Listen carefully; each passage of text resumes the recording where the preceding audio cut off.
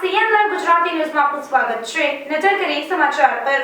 હવામાન વિભાગ દ્વારા આગામી 5 દિવસ માટે ગુજરાત રાજ્યના વાતાવરણ અંગે આગાહી કરવામાં આવી છે.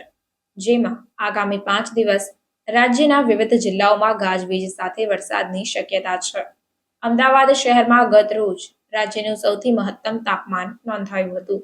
અરબ સાગરમાં સર્જાયેલા સાયક્લોનિક સર્ક્યુલેશનના કારણે દક્ષિણ ગુજરાત, વડોદરા, પંચમહાલમાં ગાજવીજ સાથે વરસાદની આગાહી કરવામાં આવી છે. જેથી કેરીના પાક પર જોખમની શક્યતા હોવાથી ખેડૂતો ચિંતામાં મુકાયા છે. હજુ પણ આગામી 2-3 દિવસ માટે અમદાવાદ વાસીઓને ગરમીનો પ્રકોપ સહન કરવો પડશે. ત્યારબાદ 14 અને 15 મેના રોજ અમદાવાદ અને આસપાસના વિસ્તારોમાં હળવા વરસાદની હવામાન વિભાગ દ્વારા આગાહી કરવામાં આવી છે. જેથી મહત્તમ તાપમાનમાં 2 થી 3 ડિગ્રીનો ઘટાડો થઈ શકે છે.